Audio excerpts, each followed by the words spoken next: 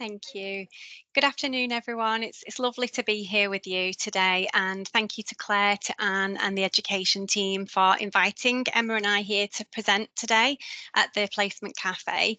So, as Claire said, today's session is focused on using the career development framework to support placements, and Emma and I will take you through the framework, sharing with you some of our insights into how it can be used effectively, and how you can take the opportunity to use it in your practice. And we'll take the opportunity also at the end of the session to reflect together and have that time together to capture your learning, which is a CPD opportunity for yourselves this afternoon as well. Next slide, please, Emma. So just before we start, we just wanted to do a quick introduction to who we are as a professional development team. We're a small team of three at RCOT, which is made up of myself.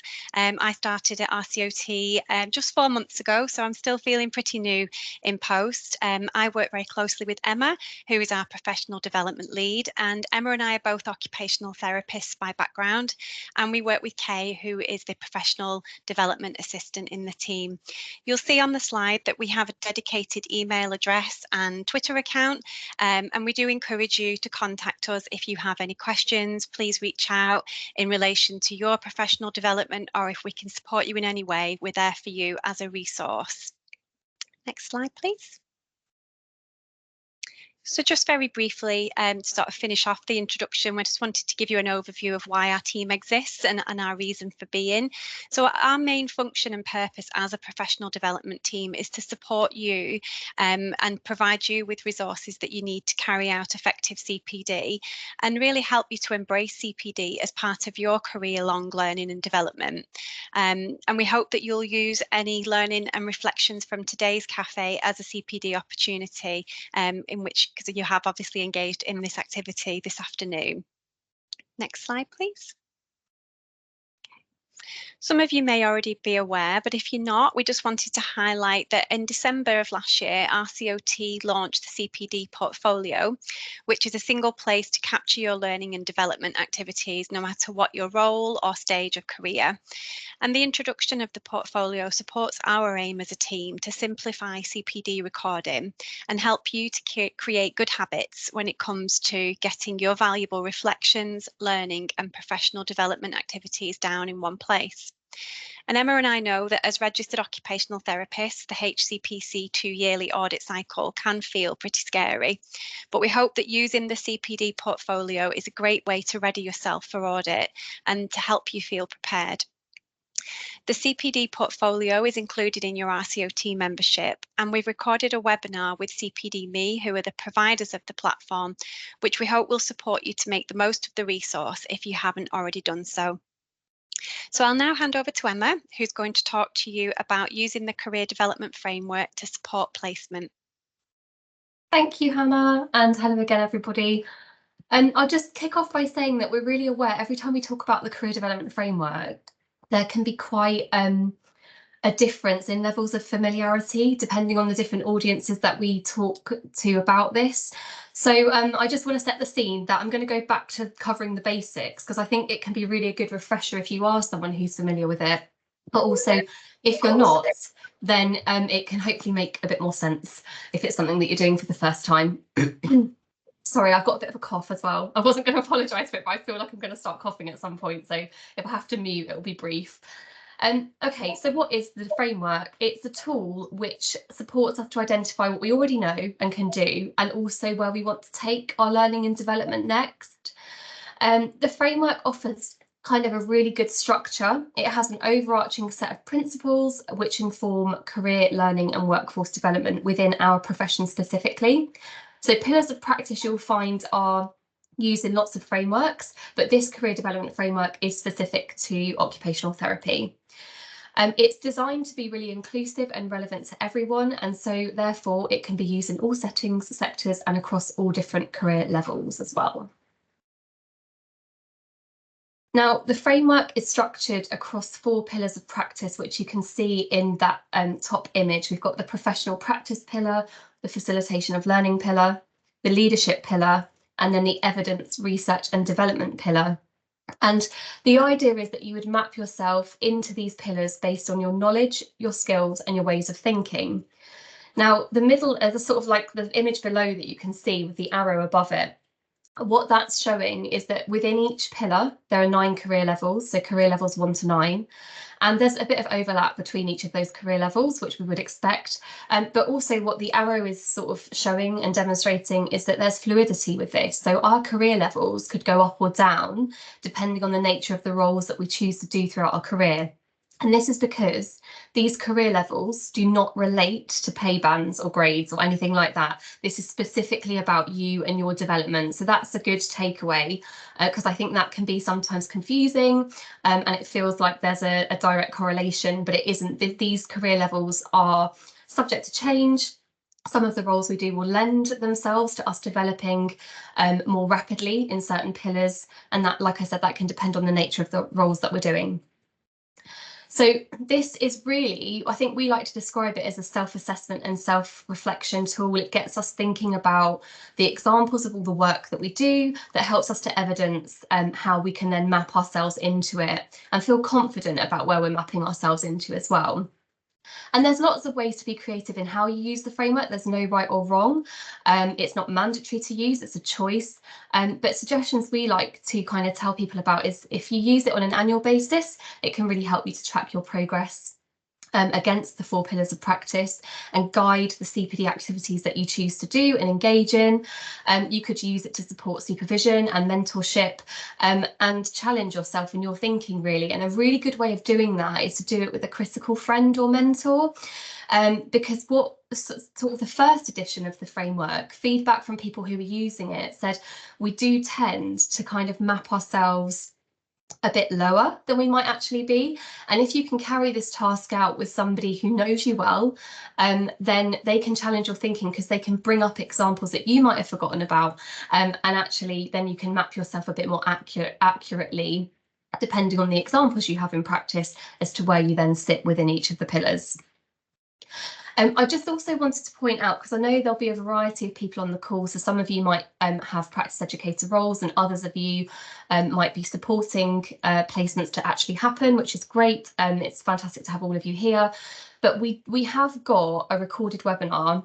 I'm not very good at multitasking, so Anne might be able to share this in the chat, or I will do it after I finish talking. But we've recorded a webinar which is specifically aimed at sort of final year learners or those returning to practice.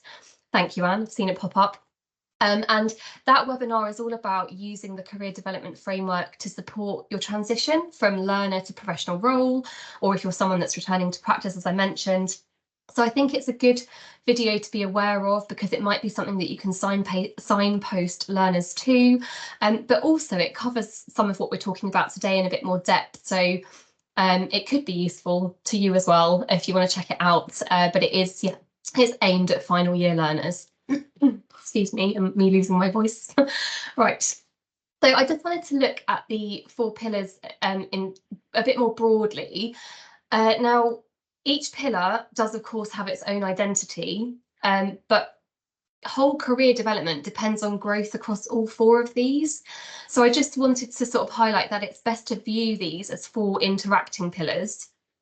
And just be aware that when we use the pillars of practice and career levels together, what they do is they really highlight the range of opportunities across our profession, and it helps us just sort of raise the overall profile. And whether it's you using the career development framework or you're encouraging learners and students to use the framework, it's really, really important that we all know that we should think about all of our experiences. So everything we've acquired throughout life, whether it's a previous career, a current career, just general lived experiences, non-work roles that we've done, because all of those things have brought us to where we are right now, and we shouldn't be confined just by the role we're doing at that time, if that makes sense. Another top tip I'll give you, now this one, I don't want to lose you all and bore you all, but obviously this might make more sense when you actually have a go at mapping yourself into the framework, and the framework's widely available on our website, and we can share a link to that as well.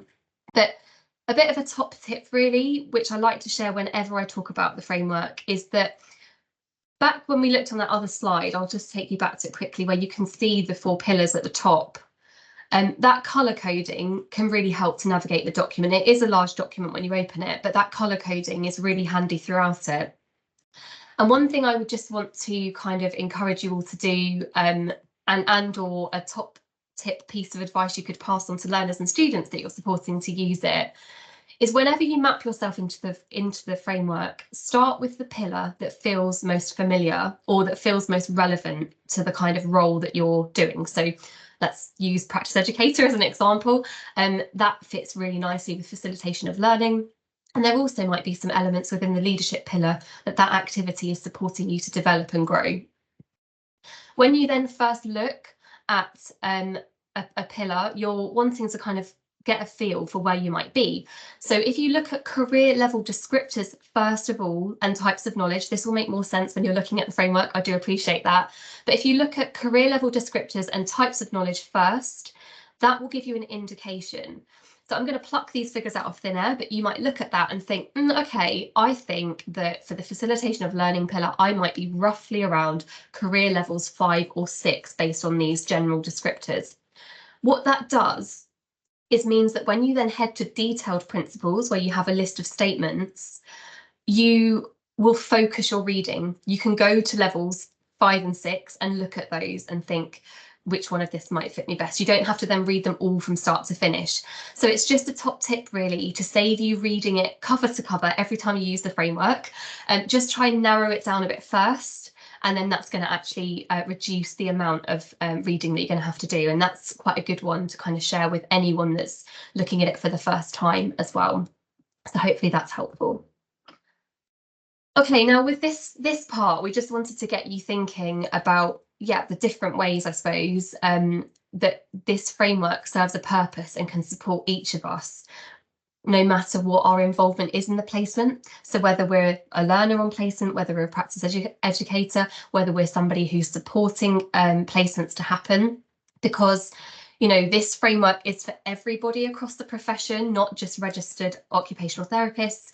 So anybody can use it, but it just helps you to think about the different ways in which you can do it. So we've talked about learners. I've mentioned about whether you've got a practice educator role or you're supporting placements, but also for supporting CPD in a wider team.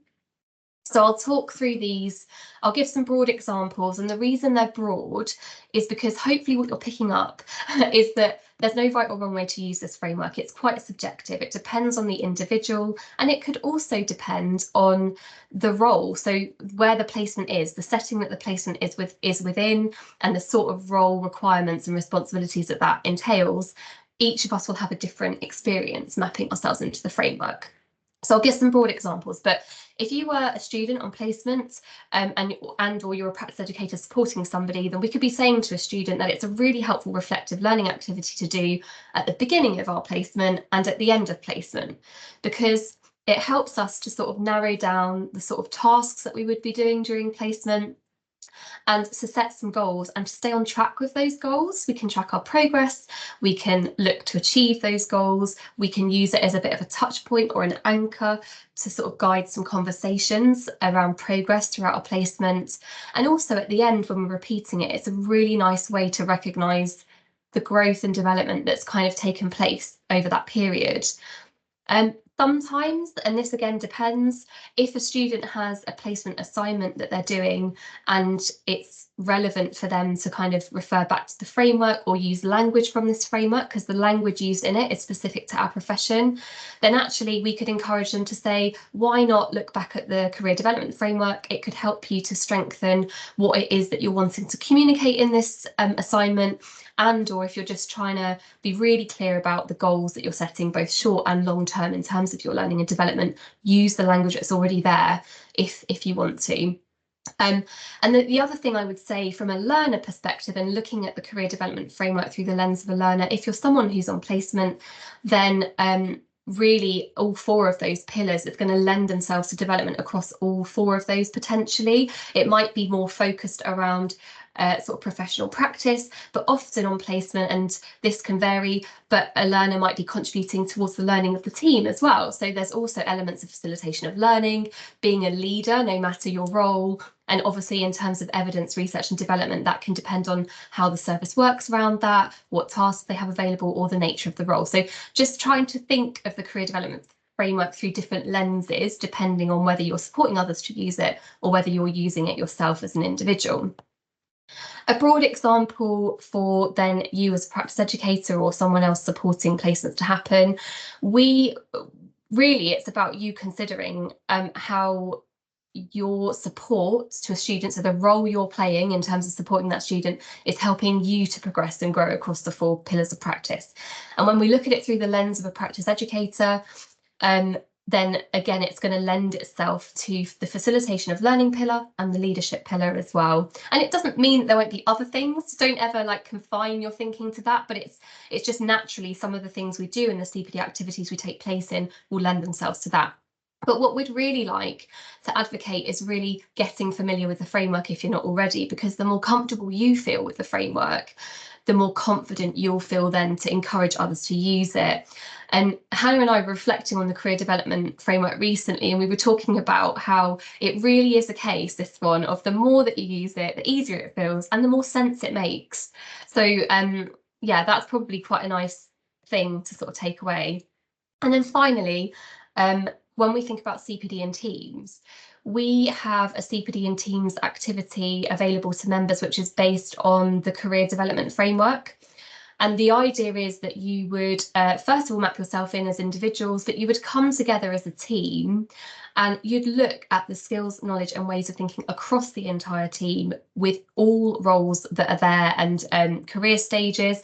And for example, if you're someone who's a well-established team that's regularly taking on students and supporting placements, then students are going to be part of that exercise. Or another sort of flip that on its head, if you're a team that wants to become more established with taking on placements, then it's a really great way for you to think as a team, how can we better support this? What could we put in place to do it? So it just is a really nice way to structure conversations around learning and development, both on an individual basis, but also across an entire team. So hopefully that's given you some food for thought. I know I've spoken quite a lot just now, but I'm going to bring you back now to Hannah, if that's okay. And Hannah will just carry on with a few slides before we have some reflection time. Thanks, Emma. Thank you. So as Emma said, there's a lot to take in with the career development framework, and we understand that as a team, and part of the reason we were really pleased to be able to come here today is to hopefully break it down into a more bite-sized and achievable document, because it can feel quite daunting when you go on there. But that would be really kind of part of our key takeaways for you, really. Emma and I very much work on the principle of trying to simplify learning CPD and the resources that we have. So hopefully we've done that a little bit today. But as Emma said, there are some really useful links and webinars that are already there for you as resources, and we will pop those into the chat. So yeah, just some key takeaways from us, really. Please do recognise and record the CPD that you're engaging in, whatever your role is in placements. See that as part of your professional development, and make sure you do get those reflections down. They're so valuable. Do familiarise yourself with the framework. And do get using it. You can't go wrong with it, really, and so just have a play around with it and find a way to make it fit best for you, to simplify it and get the best out of it. Have a look on our web pages. There are some good resources on there that we've built, but we're also aware that we're not always there yet with our resources, and we're always working hard to make sure that our resources reflect what you need in practice as well. But our final takeaway, whenever we talk about CPD, is for you to make the most out of your networks and to nurture and develop your professional professional networks, you are without doubt each other's greatest resource. And we want to use this time that we've got remaining on the webinar today to have a little bit of time to reflect together. It's sometimes time that we don't afford ourselves when in our busy working lives. So we do want to sort of spend the next however long we've got, and Claire may tell me I've run out of time, but hopefully we have got a little bit of time just to reflect. And Emma, if you could just pop the next slide on for me. Yeah, so CPD, we started off with our message around this webinar is a CPD activity, and we'd really like you just to take a moment towards the end of our webinar today, just to have a think as a group what your key takeaways have been, and also a little prompt from us, just to make sure if you have got the CPD portfolio, please open it up and record a diary entry or a reflection from today. You can feel free to take screenshots of your session today. We've shared the slides with the education team, so you will be getting a copy of the slides as well, and you can use those as evidence. And by attending today's session, you are helping to satisfy the needs of the HCPC CPD standards as well. So you're working towards meeting those audit standards by attending today's session and putting in a diary entry. And then if we just move on to the last slide, Emma, please. Okay. So these are just some of the questions that Emma and I popped together when we were preparing for today, to think about how we can best reflect together and just have some reflective questions up on the screen. We know it's quite difficult sometimes when you're online and you're not in a physical room with someone, so feel free to interact with these however you most feel comfortable. If you want to pop some thoughts and reflections in the chat, that would be lovely, so we can hear from you to start thinking about some of these questions. And it can be, there's no right or wrong. So as Emma said, how familiar you are with the framework when you logged on today, that's very individual to you. You may be quite experienced at using it. You may have come across it for the very first time today, but that would just be really interesting to know kind of where you met the framework today. If you have interacted with it before and it's worked well, please feel free to share any examples. As we say, you're a network, and your learnings and reflections as a network are really valuable to the person next to you. We'd love to hear any impacts that you feel that using the career development framework has had on either you professionally or on a student.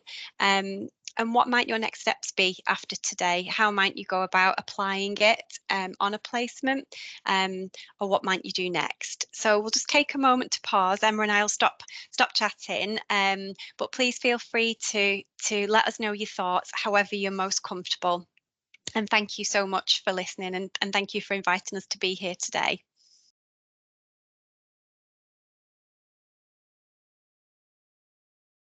Thank you both, that's brilliant.